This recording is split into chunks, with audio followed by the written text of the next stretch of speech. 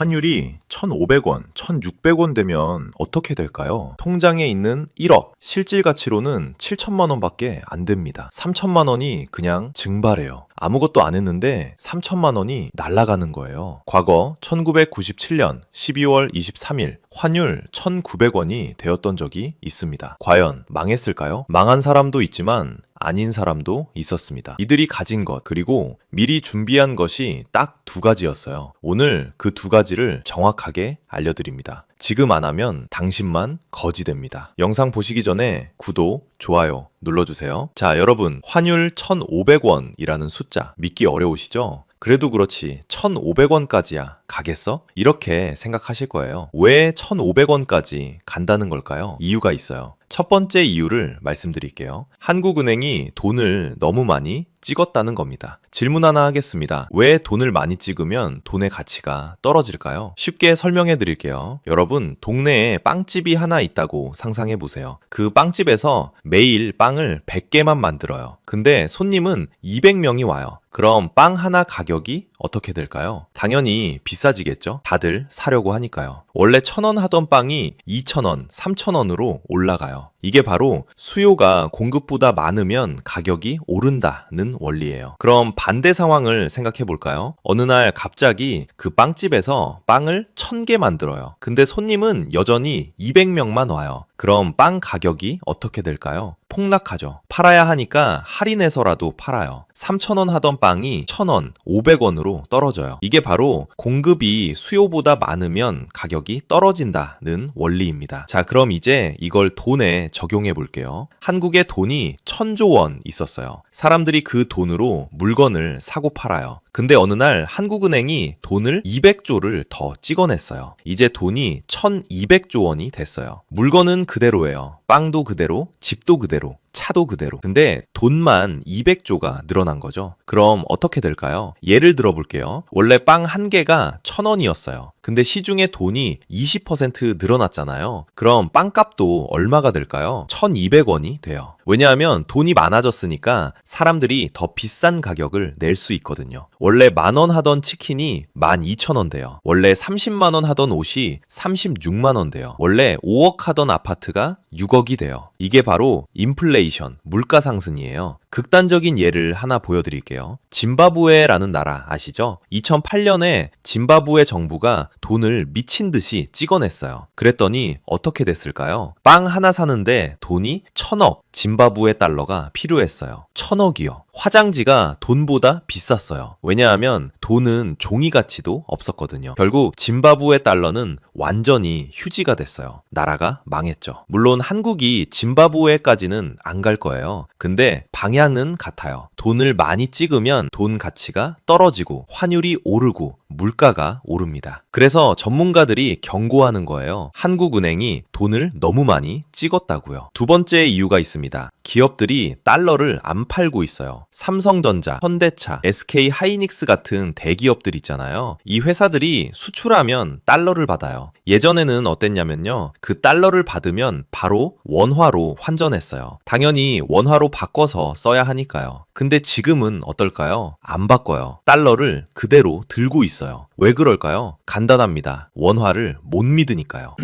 자, 그럼 이제 본론으로 들어가 볼게요. 무엇을 준비해야 하는가? 두 가지를 준비하시면 됩니다. 첫 번째, 생존 자산은 달러입니다. 여러분 중에 이렇게 물으시는 분 계실 거예요. 선생님, 달러도 종이 아닌가요? 미국도 돈 찍잖아요. 맞습니다. 달러도 종이에요. 미국도 돈을 찍어요. 근데 말이죠. 이 종이는 특별해요. 왜 특별한지 지금부터 설명드릴게요. 달러는 생존 보험입니다. 쉽게 설명해 볼게요. 여러분 집에 화재 보험 드잖아요. 집에 불 날까봐 들어요. 근데 여러분 집이 불날 것 같아요? 아니죠. 안 날 것 같아도 들어요. 왜 들까요? 만약을 대비해서예요. 혹시 모르니까 드는 거잖아요. 달러도 똑같아요. 원화가 폭락할까봐 드는 보험이에요. 그런데 여기서 재밌는 게 뭐냐면요. 화재 보험은 불이 안 나면 어떻게 돼요? 보험료만 날리죠. 손해예요. 근데 달러 보험은 달라요. 안 써도 수익이 나요. 환율이 오르면 돈을 버는 거거든요. 보험인데 돈까지 벌어주는 거예요. 이런 보험이 어디 있어요? 자, 여러분 지금 원달러 상황을 쉽게 비유해 볼게요. 타이타닉호 아시죠? 침몰하는 배예요. 지금 원하는 타이타닉호예요. 천천히 가라앉고 있어요. 어떤 사람들은 말해요. 아직 물 안 찼는데 1등실에 있으면 괜찮아. 배가 이렇게 크고 튼튼한데 설마 침몰하겠어? 근데 현명한 사람들은 어떻게 할까요? 구명보트로 갈아타요. 배가 침몰하기 전에요. 달러가 바로 그 구명보트예요. 아직 안 침몰했는데 왜 갈아타? 이렇게 물을 수 있어요. 근데 말이죠. 배가 완전히 침몰하고 나면요. 그때는 구명보트가 없어요. 다 찼거든요. 환율이 1,900원 될 때까지 기다리시면 안 돼요. 그때는 달러를 구할 수가 없어요. 은행 앞에 줄이 수 킬로미터 될 겁니다. 지금이 바로 구명보트 타야 할 타이밍입니다. 그럼 달러는 어떻게 사는 걸까요? 세 가지 방법이 있어요. 첫 번째, 은행 외화 예금입니다. 가장 기본적인 방법이에요. 은행 가서 외화 통장 만들면 돼요. 장점은요, 정말 쉬워요. 동네 은행 가서 10분이면 계좌 개설 끝나요. 단점은요, 환전 수수료가 좀 비싸요. 보통 1%에서 1.5% 정도 떼요. 그래도 가장 안전하고 확실한 방법이에요. 두 번째는 달러 ETF예요. 증권 계좌 있으시면 이게 더 편할 수 있어요. 타이거 달러 ETF나 코덱스 달러 ETF 사면 돼요. 주식 사듯이 클릭 한 번이면 끝이에요. 장점은요, 수수료가 거의 없어요. 거래 수수료만 내면 돼요. 단점은요, 실제 달러는 아니에요. 달러에 연동된 증권이죠. 그래도 환율이 오르면 똑같이 수익 나니까 효과는 같아요. 세 번째는 미국 주식입니다. 이게 제일 좋은 방법이에요. 왜냐하면 일석이조거든요. 애플 주식을 산다고 해볼게요. 환율이 오르면 어떻게 될까요? 첫째, 달러로 샀으니까 환차익이 나요. 둘째, 애플 주가가 오르면 주식 수익도 나요. 두 번 버는 거예요. 물론 애플 주가가 떨어지면 손실이 날 수 있어요. 그래서 개별 주식보다는 S&P 500 같은 지수에 투자하는 게 더 안전해요. 그럼 지금 여러분은 어떻게 해야 할까요? 제 원칙은 간단해요. 자산의 40에서 50%는 달러로 갖고 계세요. 1억 있으면 4천만 원에서 5천만 원은 달러로 바꾸세요. 2천만 원 있으면 800만 원에서 1000만 원은 달러로 바꾸세요. 그럼 환율이 떨어지면 어떻게 해요? 이렇게 물으실 수 있어요. 좋은 질문이에요. 환율이 떨어지면요? 그건 한국 경제가 좋아졌다는 뜻이에요. 원화가 강해졌다는 거죠. 그럼 그때는 원화로 다시 바꾸면 돼요. 손해는 좀 보지만 경제가 좋아진 거니까 괜찮아요. 근데 지금 추세는요? 환율이 떨어질 가능성보다 오를 가능성이 훨씬 높아요. 그럼 언제 사야 할까요? 제 기준은 명확해요. 지금 바로 사세요. 조금 더 기다렸다가 환율 떨어지면 사야지. 이렇게 생각하시면 안 돼요. 환율은 타이밍 맞추는 게 아니에요. 보험이에요. 보험은 사고 나기 전에 들어야 하는 거예요. 만약에 지금 1,470원인데 조금 기다리면 1,300원까지 떨어질 수도 있어요. 70원 이득 보는 거죠. 근데 반대로 바로 1,500원으로 튀어버리면요. 30원 손해보는 거예요. 70원 이득 볼 확률이 30%예요. 30원 손해볼 확률이 70%예요. 확률적으로 지금 사는 게 맞아요. 게다가 환율이 1,500원 넘어가면요. 그때는 수백 원 단위로 폭등할 수 있어요. 그럼 70원 아껴보겠다고 기다렸다가 200원 손해보는 거예요. 달러를 갖고 있으면 또 다른 장점이 있어요. 바로 심리적 안정이에요. 뉴스에서 환율이 1,500원 넘었다고 난리가 났어요. 사람들이 패닉 상태예요. 근데 여러분은요, 달러를 갖고 있으니까 마음이 편해요. 오히려 수익이 나는 거니까요. 주변 사람들은 다 어떡하지 하는데 여러분만 잘 됐네 할 수 있어요. 이게 바로 보험의 진정한 가치예요. 불안에서 벗어나는 거죠. 자, 그럼 두 번째 생존 자산을 말씀드릴게요. 바로 금입니다. 여러분 중에 이렇게 물으시는 분 있을 거예요. 선생님, 금은 노인들이나 사는 거 아닌가요? 요즘 누가 금을 사요? 큰 착각이에요. 지금 전 세계 중앙은행들이 금을 미친 듯이 사들이고 있거든요. 숫자를 한번 볼까요? 2023년에 전 세계 중앙은행들이 산 금이 1000톤이에요. 역대 최대 규모예요. 2024년에는 어땠을까요? 1100톤 샀어요. 또 기록 갱신했어요. 2025년은요, 지금까지 800톤 샀는데 올해 끝나면 1200톤 넘을 것 같대요. 어느 나라들이 사는지 볼까요? 중국이 1위예요. 작년에만 200톤 샀어요. 러시아가 2위예요. 150톤 샀어요. 인도가 3위예요. 100톤 샀어요. 이 나라들의 공통점이 뭐냐면요, 전부 다 미국 달러에서 벗어나려고 하는 나라들이에요. 중국은 미국이랑 무역전쟁 중이죠. 러시아는 미국 제재 받고 있고요. 인도는 탈달러화를 선언했어요. 이 나라들이 왜 금을 살까요? 간단해요. 금은 어느 나라 것도 아니거든요. 달러는 미국 돈이에요. 미국이 마음대로 찍을 수 있어요. 원화는 한국 돈이에요. 한국은행이 마음대로 찍을 수 있어요. 근데 금은요? 아무도 못 만들어요. 자연에 있는 것만 캘 수 있죠. 그래서 가치가 있는 거예요. 근데 금덩이가 가치가 있어요? 라고 물어볼 수 있는데요. 금의 가치를 이해하려면 시간을 거슬러 올라가야 해요. 5,000년 전 고대 이집트로 가볼까요? 그때 금 1g이면 빵 100개 살 수 있었대요. 2000년 전 로마 시대는요. 금 1g이면 빵 100개 살 수 있었어요. 1000년 전 고려 시대는요. 금 1g이면 쌀 100대 살 수 있었어요. 지금은요. 금 1g이 15만 원이에요. 그 돈이면 빵 100개 정도 사죠. 보세요. 5,000년 동안 금의 구매력이 거의 똑같아요. 금 1g이면 빵 100개 사는 거예요.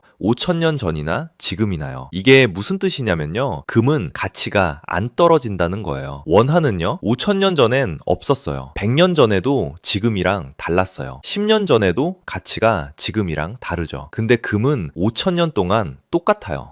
금이 왜 중요한지 다시 한번 정리할게요. 달러는 원화 폭락을 막아주는 보험이에요. 그럼 금은 뭐냐? 시스템 전체가 붕괴하는 걸 막아주는 보험이에요. 무슨 뜻이냐면요. 만약에 미국 달러마저 신뢰를 잃으면 어떻게 될까요? 이런 상황을 상상해 보세요. 미국이 빚을 너무 많이 져서 달러를 막 찍어내요. 그럼 달러 가치가 떨어지겠죠? 달러가 떨어지면 전 세계 모든 화폐가 혼란에 빠져요. 왜냐하면 모든 나라가 달러를 기준으로 하거든요. 그럼 사람들이 뭘 믿을까요? 금을 믿어요. 왜냐하면 금은 어떤 나라 것도 아니고 누구도 못 만들고 5,000년 동안 가치를 유지했거든요. 2008년 금융위기 때를 한번 볼까요? 2008년 9월에 리먼 브라더스가 파산했어요. 세계 경제가 공황 상태에 빠졌죠. 그때 주식시장은 어땠을까요? S&P 500 지수가 50% 폭락했어요. 부동산은요, 집값이 40% 떨어졌어요. 근데 금은요, 오히려 올랐어요. 온스당 800달러에서 1200달러로요. 50% 올랐어요. 모든 게 폭락할 때 금만 올랐다는 거예요. 왜냐하면 사람들이 금으로 도망갔거든요. 달러도 못 믿겠고 주식도 못 믿겠고 집도 못 믿겠으니까 금을 산 거예요. 그럼 금은 어떻게 사는 걸까요? 세 가지 방법이 있어요. 첫 번째는 실물금입니다. 금은방 가서 금 사면 돼요. 골드바나 금 동전 같은 거요. 장점은요, 진짜 금을 내가 갖는 거예요. 만질 수 있죠. 단점은요, 부가세 10% 내야 해요. 그리고 보관도 걱정되고요. 소액으로 시작하시면 이 방법은 비추예요. 부가세가 너무 아까워요. 두 번째 방법은 금 통장이에요. 은행에서 금 통장 만들면 돼요. 실물금은 아니지만 금 가격에 연동돼요. 장점은요, 부가세 안 내요. 그리고 보관 걱정 없어요. 단점은요, 실제 금은 아니에요. 은행이 망하면 날릴 수도 있어요. 하지만 그럴 일은 거의 없으니까 걱정 안 하셔도 돼요. 세 번째는 금 지수를 추종하는 금 ETF예요. 증권 계좌에서 금 ETF 사면 돼요. 코덱스 골드나 타이거 골드요. 장점은요, 수수료가 거의 없어요. 클릭 한 번이면 끝이에요. 단점은요,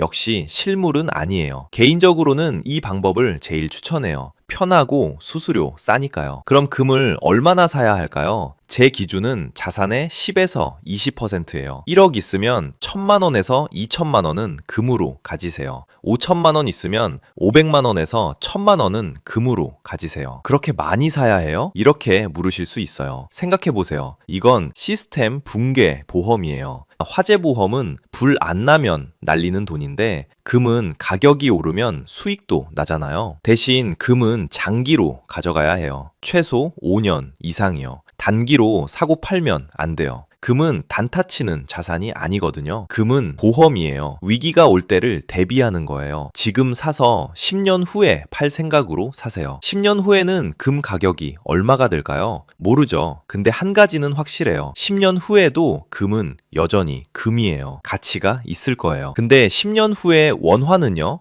어떻게 될지 몰라요. 가치가 얼마나 떨어져 있을지 아무도 몰라요. 자, 여러분, 지금까지 두 가지 생존 자산을 말씀드렸어요. 첫째, 달러. 둘째, 금. 오늘 퇴근하고 집에 가면요, 딱 두 가지만 하세요. 첫째, 증권 계좌 있는지 확인하세요. 없으면 만드세요. 스마트폰으로 10분이면 돼요. 둘째, 은행 앱 열어서 외화 통장 개설하세요. 이것도 10분이면 돼요. 이 두 가지만 오늘 하세요. 그럼 준비 끝이에요. 그리고 그 다음 주부터는 첫 매수하세요. 목표 금액의 30%만 일단 사세요. 예를 들어 달러를 4천만 원어치 사기로 했으면요. 일단 1,200만 원만 사세요. 왜 전부 안 사냐고요? 분산 매수하는 게 안전하거든요. 그리고 매달 정해진 날에 정해진 금액을 사세요. 급여일 다음 날로 정하세요. 예를 들어 25일이 급여일이면 26일에 사세요. 여러분, 마지막으로 한 가지만 말씀드리고 싶어요. 1997년 IMF 때요. 두 부류의 사람이 있었어요. 한 부류는 설마 그럴까 하면서 아무것도 안 했어요. 다른 부류는 혹시 모르니까 하면서 준비했어요. 결과는 어땠을까요? 준비한 사람들은 살아남았어요. 아니, 오히려 부자가 됐어요. 준비 안 한 사람들은요, 다 잃었어요. 집도 회사도 전부요. 이건 능력의 차이가 아니었어요. 준비의 차이였어요. 지금도 똑같아요. 환율 1,500원 시대가 올 건지 안 올 건지 아무도 몰라요. 근데 전문가들은 전부 다 온다고 해요. 한국은행도 시티은행도 골드만삭스도요. 그럼 우리는 어떻게 해야 할까요? 준비하는 거예요. 미리요. 이 영상 보시고 좋은 정보네 하고 끄시면 안 돼요. 오늘 당장 하세요. 지금 바로요. 내일 하면 모레 하고 모레 하면 안 해요. 그러다가 환율이 1,500원 넘으면요. 그때는 늦어요. 은행 앞에 줄수 킬로미터 늘어서 있을 거예요. 그때 가서 후회하지 마시고 지금 하세요. 여러분의 미래를 응원합니다. 중요한 변화가 있을 때마다 다시 찾아뵙겠습니다. 영상 도움되셨으면 구독, 좋아요 눌러주세요. 감사합니다.